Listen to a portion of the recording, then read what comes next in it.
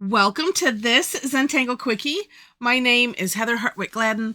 I'm a certified Zentangle teacher, and today we're going to take a look at the tangle Lacey from CZT Lianne Woods.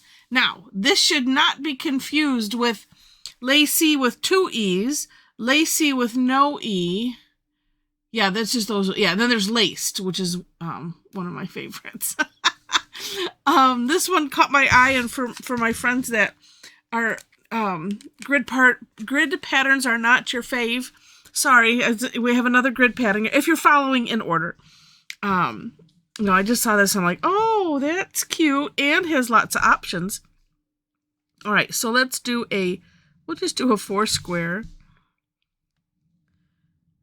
And then I'll tell you something funny as we do it. Oh my gosh, I tell you what, some days. All right, 4 squares. Okay, so let me just start with this. Starts off with C-shaped curve lines, and we're looking at one box at a time. All right, so I'm going to start midway, and I'm going to go to midway. So we're going to do 2 corners. So starting here and landing about there. As with everything, close works. All right, and then up diagonal, as I said. Okay, and then this is just funny because as I'm looking at Leanne's step out, she had it all the boxes done, and I'm like, oh, I need to separate that out because I need to understand what is the stroke, so that way it's easy to see. So I'm like, oh, okay. And so then I'm like, well, let's do this here. And it's just because of the way it looks. I realized that after I was done with my step outs, and I'm like, I'm leaving them. I'm not going to go back and change them because it does make it easier to see. And so here's what we're doing. So I thought, well, let's do diagonal because those match. And so we'll do that. And I went through and I did all of these boxes, and it didn't hit me until I was done. I'm like, oh, brilliant.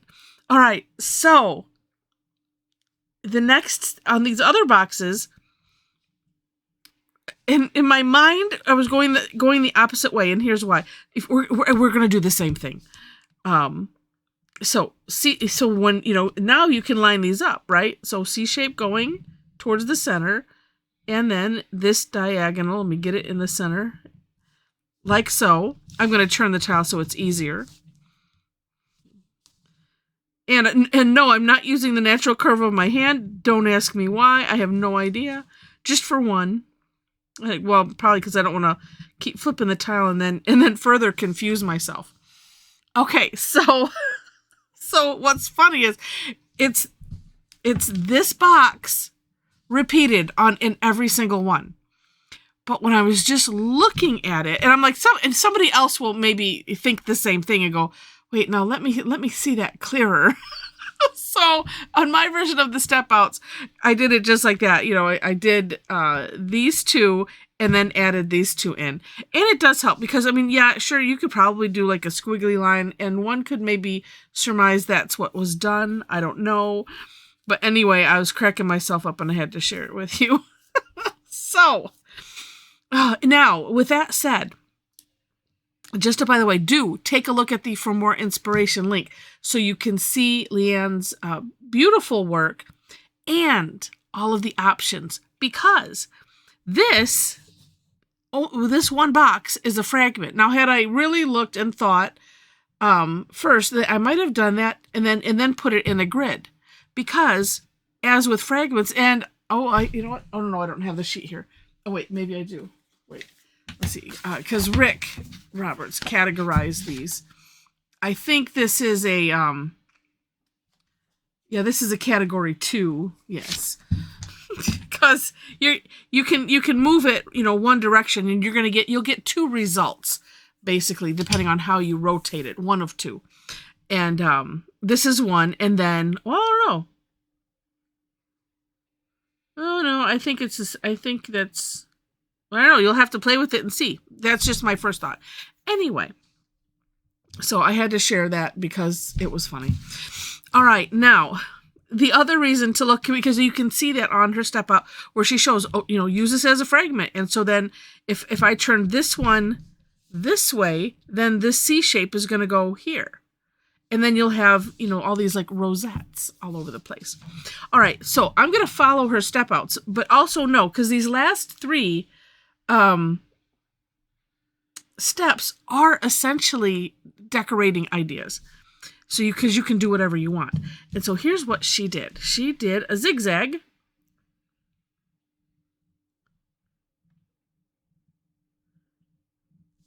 On the top. So these are all facing, or are, let's see, they're on the outside of the curve. That's what I'm going to call it. So they're where it's going towards the center. So not on the inside. And so she shows several options, you know, for, you know, what you could do. You might have an even better idea.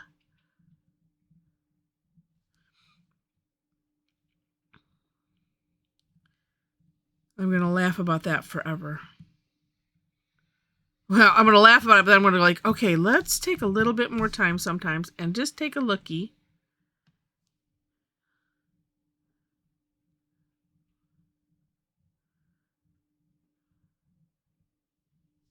Play with it a little bit more.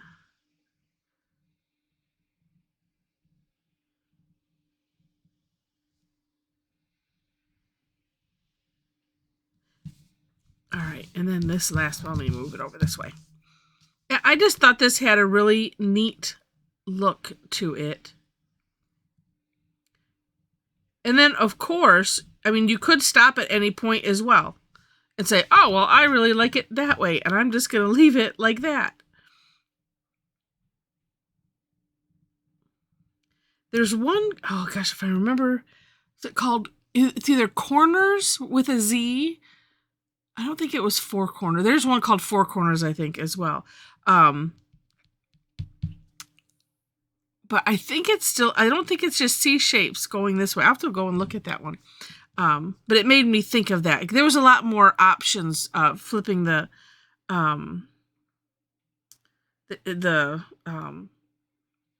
fragment around, if I'm remembering right. Okay, then the next thing that she shows us is making lines coming, you know, and I'm going to come from all of these little peaks because it's kind of neat, right into that center. Or, I'm sorry, the corner. Center, corner, blah, blah, details.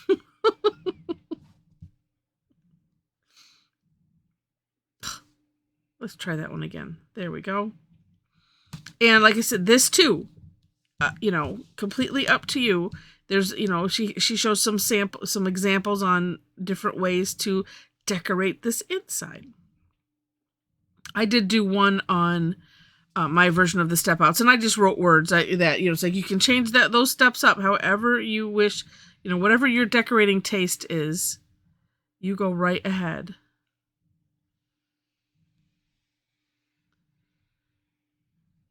And of course, that's what's fun is, you know, she's providing a framework, and then you get to have as much fun as you want with it.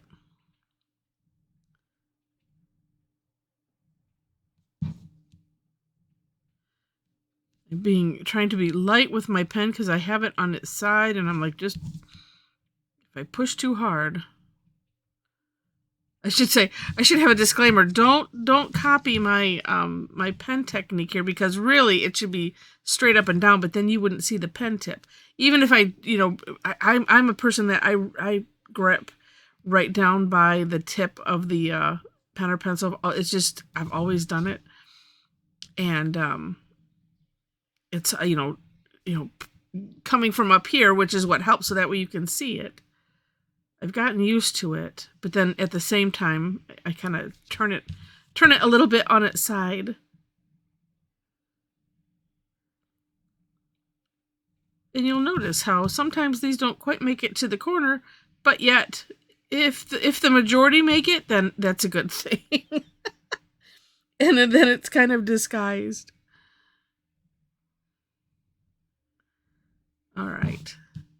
This is a nice one, that you could lose yourself in because, where it's, you don't have to think about anything except, well, how do I want this to turn out? And that's it. Okay. And then the next step, which same thing, you could leave it like this, or this is what she had on the next step. And at first I thought going, well, that's a lot of lines sort of going in the same direction. But what I'm going to do, I'm going to maybe make them a little bit further apart. So I'm going diagonal and then working to not cross anything that I've already done. And, well, I was hoping to make them a little bit wider, but it's okay. And of course here too, you can, you could leave it empty. I think, yeah, on my version, I decided to, I'm just going to continue down this diagonal, to leave it open, but to shade it.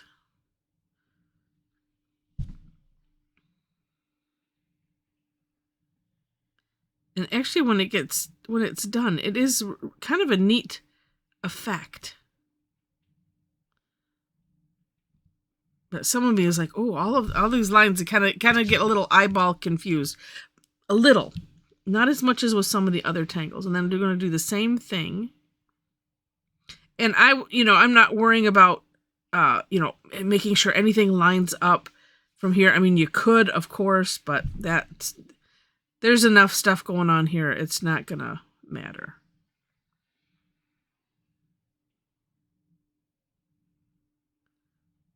That one can go all the way though. And then we'll flip it, do the same thing. It kind of ends up looking like, a background.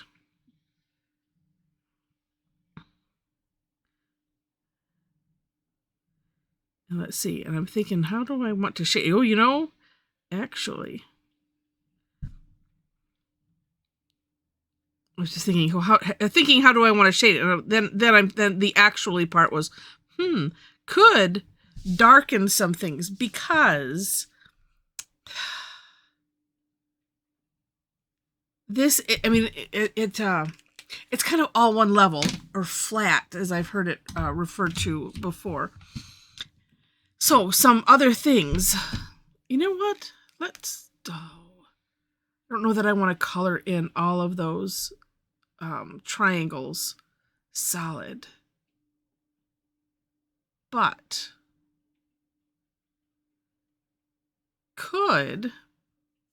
let's just do it. Don't think about it anymore, Heather. Just let's do it. Let's emphasize that original line that we did. And redefining lines, especially if you go with a little bit thicker. So this isn't, I was doing it in an 01. I'm moving to an 05.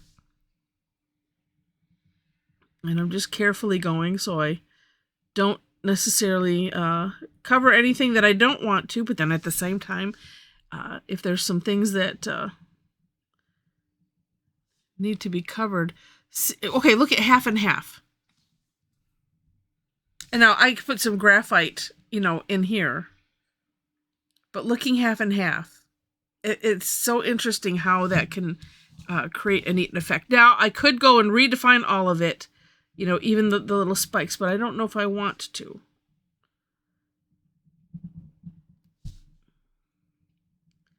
Could go thicker.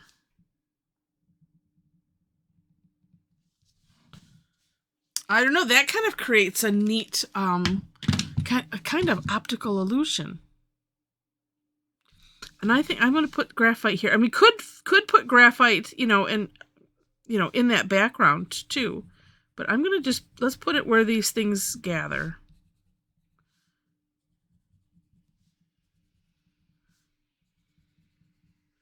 Because that's always what I like to do first. We'll bring it out.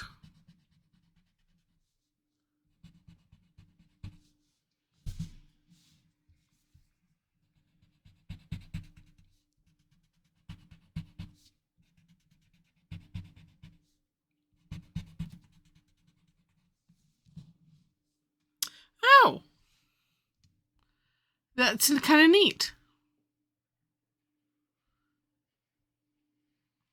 Well, I kind of like that. I think I'm going to leave it that way.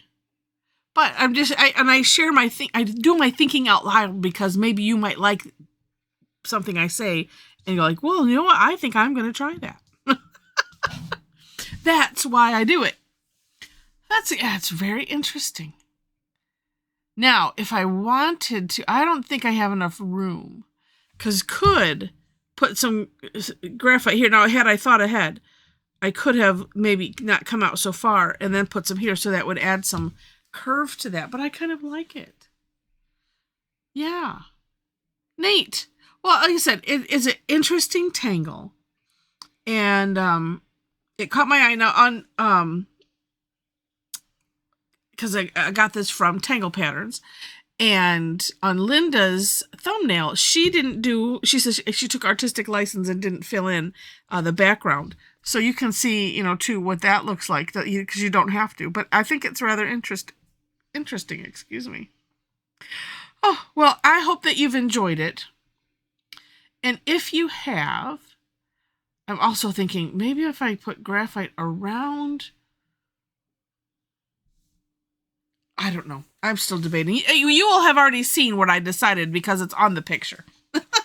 I was thinking it could go just around the outside, not just color in the whole thing. But I don't know. I'm leaning on leaving it the way it is. So if you've enjoyed this, and I hope you have, please click on the like button. And if you liked it enough to see more, while you're clicking, go ahead and click to subscribe to the channel if you haven't done so already. In the description section, I mentioned the links to the step outs.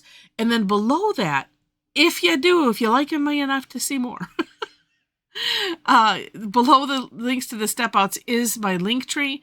So there you will find links to where I post classes. I do a lot of free.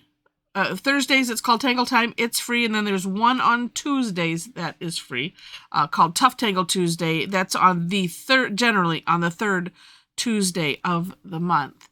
But you can follow me there for classes. That way you could sign up if you want and get reminders on Tuesday, except for that one. The other ones help me to keep the lights on. So those ones do have a fee, or I have a subscription club. So if you do like, and you're like, well, I think I'd take more than one class, or just like to be able to have access to the replays and such, that it's a pretty good deal if I do say so myself. So information is there as well. We have a Tangle Addicts community group on Facebook. Click that link and then answer the 4 questions, and that will get you in there. And I think that's all usually that I like to highlight. So with that, thank you so much for watching, and I wish you happy tangling.